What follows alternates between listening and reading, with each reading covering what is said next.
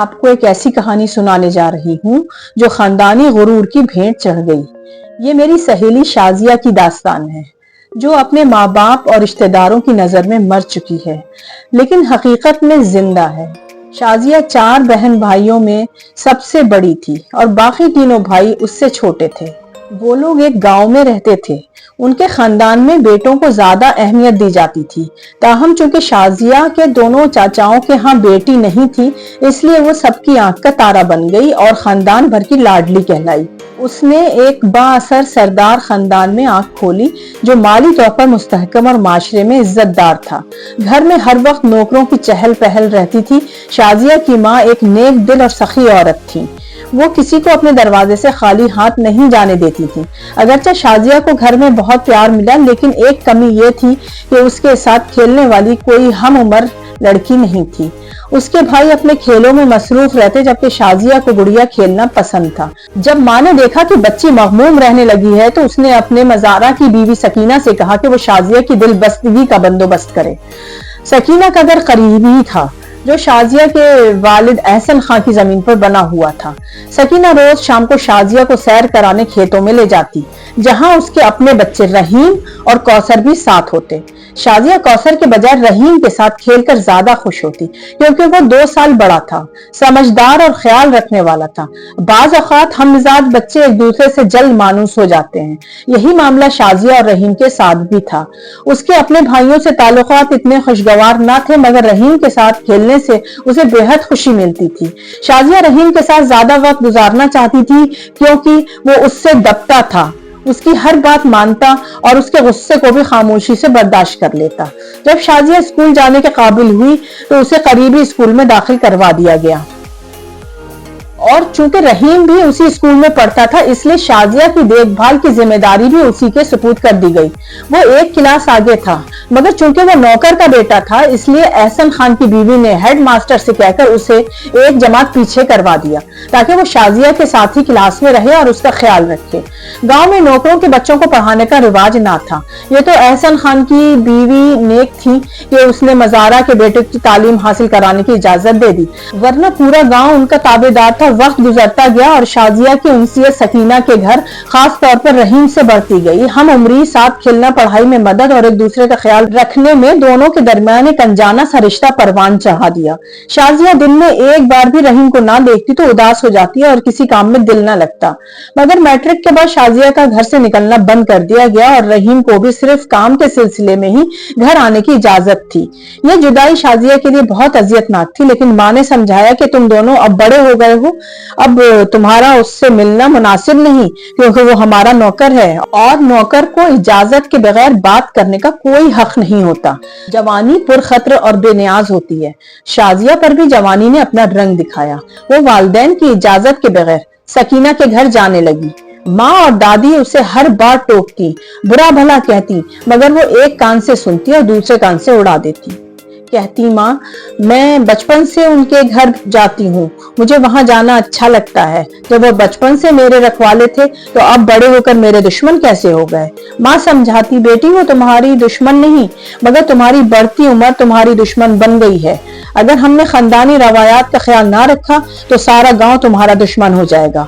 ना उम्री में लड़कियां माओं की बात नहीं समझती, और अगर माँ ज्यादा समझाने लगे तो वो उसे अपना दुश्मन समझने लगती है। शाजिया तो वैसे ही लाडली थी, वो खुद पर जबर बर्दाश्त ही नहीं कर सकती थी। माँ जितना रोकती, उसकी बेचैनी इतनी ही बढ़ जाती। एक दिन शाजिया ने सकीना को एक कॉपी देकर कहा, ये रहीम की कॉपी है, उसे दे देना। सकीना ने कॉपी ले जाकर रहीम को दे दी और कहा कि शाजिया बीबी ने भिजवाई है। जब रहीम ने कॉपी खोली, तो उसमें एक खत था जिसमें लिखा था, रहीम, अगर मैं तुम्हें रोज ना देखूं तो दिल बहुत उदास हो जाता है, इसलिए तुम रोज मेरे कमरे के सामने वाले बाग की फुलवारी ठीक करने आ जाया करो। माली बाबा अब ठीक से काम नहीं करते। यूं रहीम फुलवारी दुरुस्त करने आने लगा।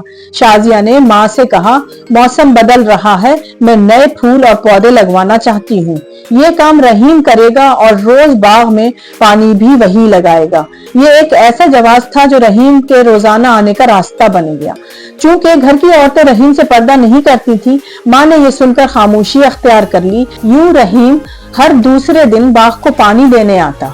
जब शाजिया के वालिद घर होते तो वो रहीम से बात ना करती और कमरे से बाहर ना निकलती, मगर जब वो जमीनों पर गए होते तो शाजिया बाग की देखभाल के बहाने रहीम को हिदायत देती और दिल की बातें भी कर लेती।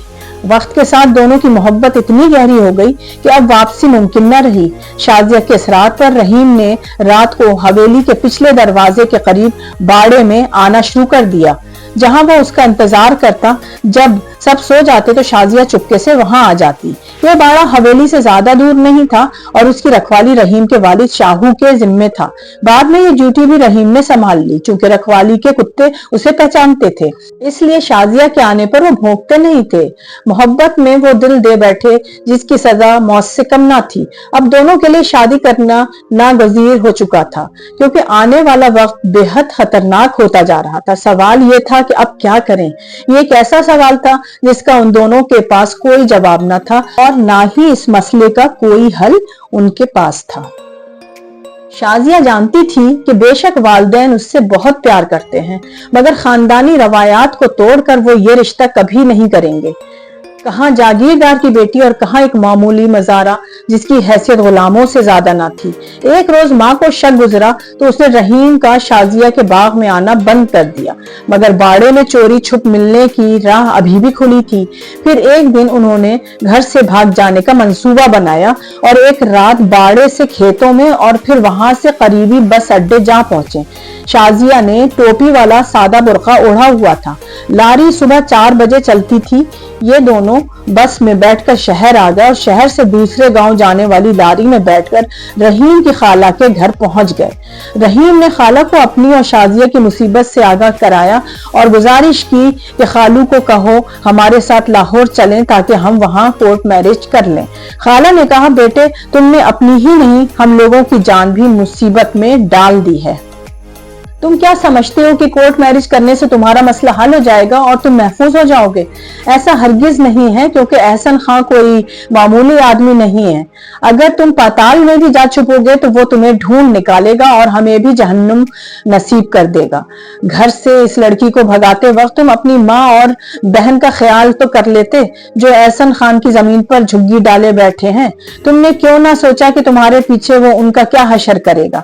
रहीम 17-18 बरस का लड़का था, उसके पास इन बातों का क्या जवाब था? वो रोने लगा तो शाजिया ने उसको तसल्ली दी और चुप कराने लगी कि डरो नहीं, खुदा से मदद मांगो। खाला कहने लगी, तुमने हमें बर्बाद किया, जज्बात में आकर तुमने मेरे भांजे को इस तबाही के रास्ते पर लगाया है।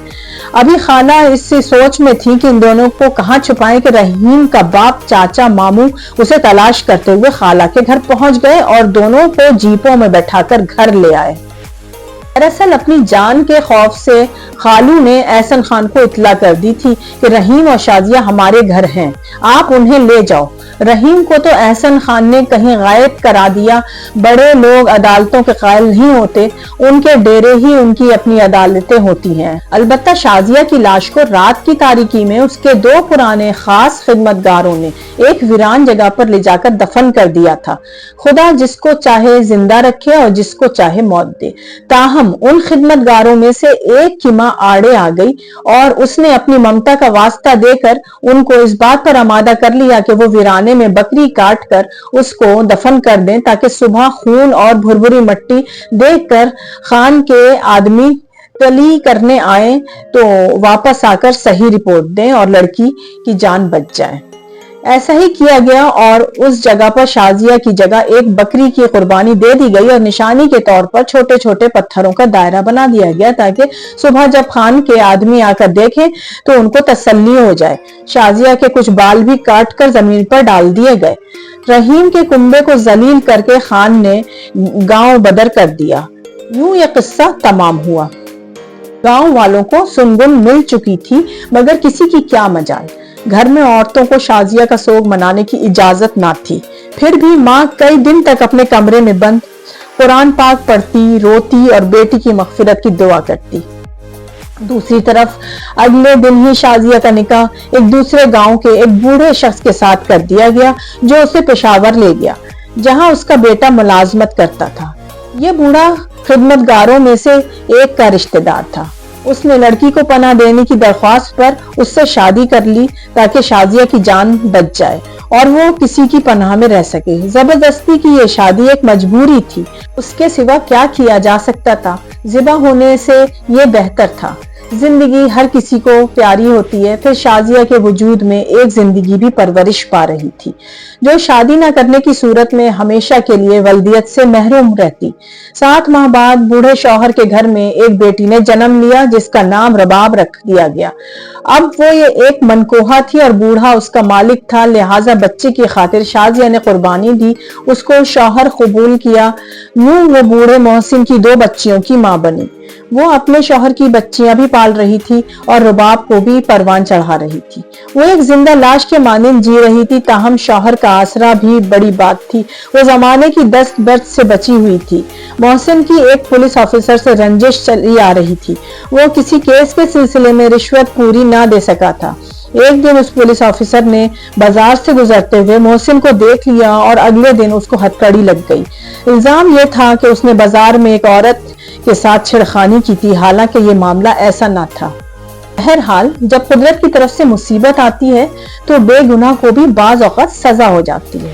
मोहसिन को 7 बरस की सजा हो गई, मगर वो उस सदमे को बर्दाश्त न कर सका और जेल में हाल कर गया।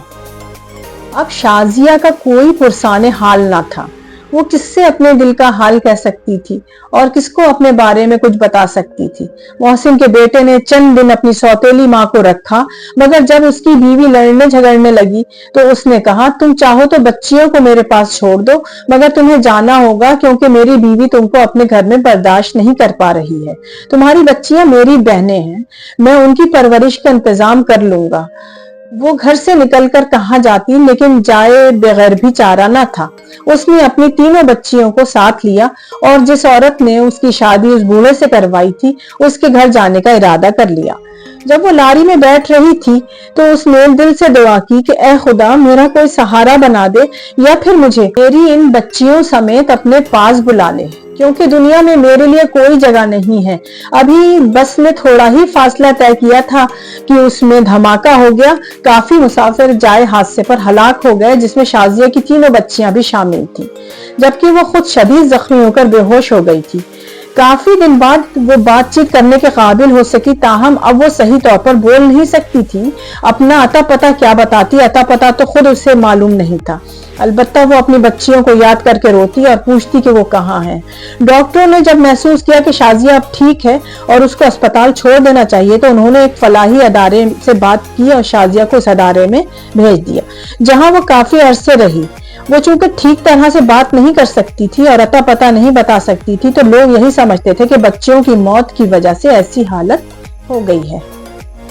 एक दिन एक खुदा तर्स खातून फलाही अदारे में आई और उसको अपने साथ ले आई। फिर खातून ने अपने यतीम भांजे से उसकी शादी कर दी, जो उसके साथ रहता था। वो एक कंपनी में मुलाजिम था। यूं शाजिया को एक बार फिर एक सहारा मिल गया और वो जमाने के सितम सहने से बच गई। एक दिन बाजार से गुजर रही थी कि एक जानी पहचानी सूरत नजर आई। इत्तेफाक से मैं भी उसी दुकान में खड़ी थी जहां से शाजिया खरीदारी कर रही थी। उसका शौहर उसके हमरा था। मैंने पूछा, तुम शाजिया तो नहीं हो? वो कुछ देर तक मुझे देखती रही, फिर फौजिया कहकर मुझसे लपट गई।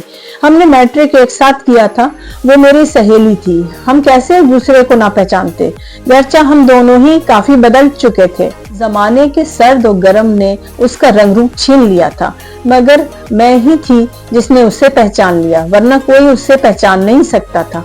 मैंने कहा, घर चलो। उसने शौहर की तरफ देखा और उसकी इजाजत से मेरे घर आ गई। उसने घर आकर मुझे अपनी तमाम रुदास सुनाई, जिसको सुनकर मेरी रोंगटें खड़ी हो गईं।